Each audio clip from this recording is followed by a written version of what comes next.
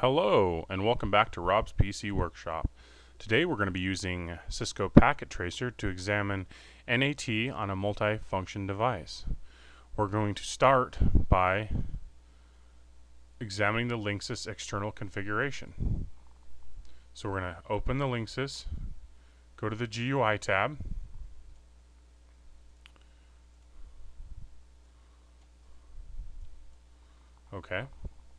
click the status menu option in the upper right hand corner. That's over to this side. Tell the status of our router. Once selected, this defaults to the router page. Scroll down the router page to the internet connection panel down here. The IP address assigned to Linksys device is assigned by ISP. If no ISP address is present, 000 appears. Internet IP address 209.165.200. Okay. Click the local network submenu, which is right here. Scroll down to examine the local network information. This is address assigned to the internal Linksys network. Scroll down further to examine the DHCP server information and the range of IP addresses that can be assigned to the connected hosts. So here's the server information and the range of IP addresses, 192.168.1, 100, all the way to 149. And these are private IP addresses. Okay, so now we're going to connect 4 PCs to a router. We'll do that right here. Go ahead and make 4 PCs. We're going to connect those using copper straight through connectors.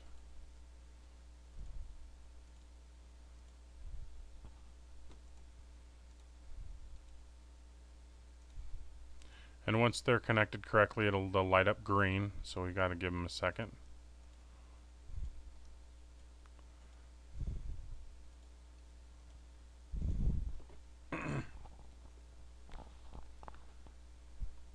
And then we're going to automatically configure IP addresses to all of the 4 computers.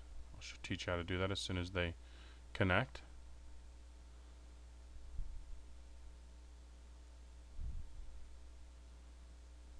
And as they light up green, we know they're connecting to our Linksys WRT300N wireless router.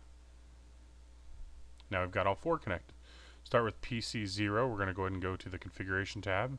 We click DHCP. It'll automatically connect us. Okay. Now to make sure we're connected, we'll go to ipconfig/all. And then it tells us our IP address for that is 192.168.1.100. Our subnet mask, our default gateway, and our DNS servers. Go ahead and close that. We'll do the same thing for this computer. And again, it can't have the same IP address, which I'll show you here in a second that it doesn't. Go to the command prompt.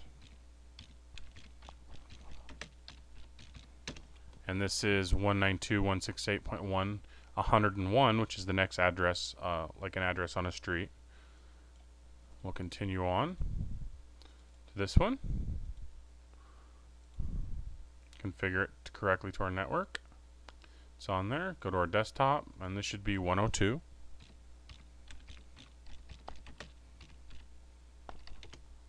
Again, 192.168.1.102, and our default gateway matches, DNS server matches, our subnet mask matches, and they all have their own physical address. Again, we're going to do it on PC3. Configure. Automatically gives it an IP address.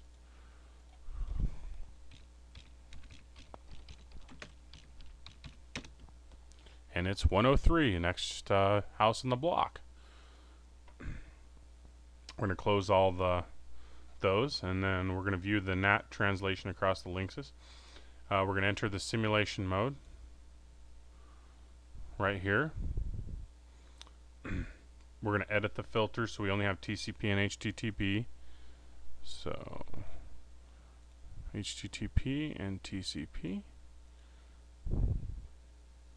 Now we're going to add a complex PDU Hitting the open envelope, we'll click one of the PCs to specify it as the source. So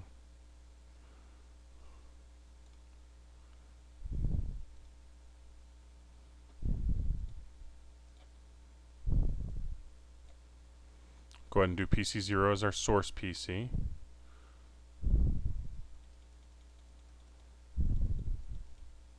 From the simulation, click on the PCs under PDU settings, select HTTP. So instead of ping, we want HTTP.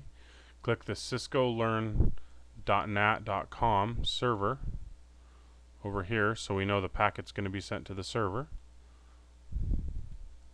For the source port, type 1000. Under simulation settings, which is down here, periodic interval at 120 seconds. Create the PDU by clicking the box Create PDU in the create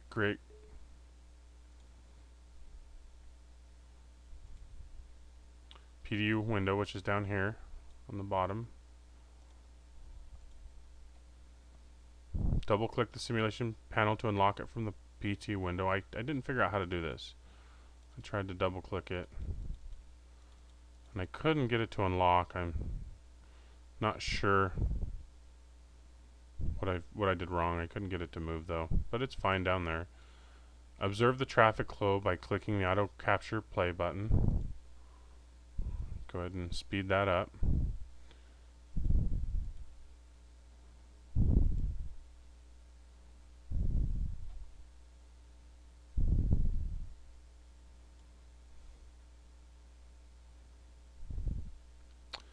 And I'm going to go ahead and let it send some packets here. I'll pause the video because this may take a while. And I'll be right back. Alright, it appears as if our packets have been sent. Now we're going to view the header information on the packets that traveled across the network. Examine the headers of the packets sent between the PC and the web server. In the simulation panel, double-click the third line in the event list. So the third line is PC0. This displays an envelope in the work area representing that line, right here. Click the envelope in the work area window to view the packet and header information. Click the Inbound PDU Details tab. Examine the packet information for the source IP address and destination IP address. So, source port 1000, destination port 80. Source IP 192.168.1.100. Destination, we're going to our server. Click the Outbound PDU Details tab. Examine the packet information for the source IP address and the destination IP address. Notice the change in the source IP address. So our source is going to be our server, I guess, and the destination is different. Click through other event lines to view those headers throughout the process. So again, we can continue on and we can pick another one here. Let's find one. Try this one. We see our packets over here, and we can see our inbound source, the destination, and our outbound, same source to destination. And you can go through here and click and see all the different packets, how they were sent, if they had problems. So hope that's been helpful. Have a nice day.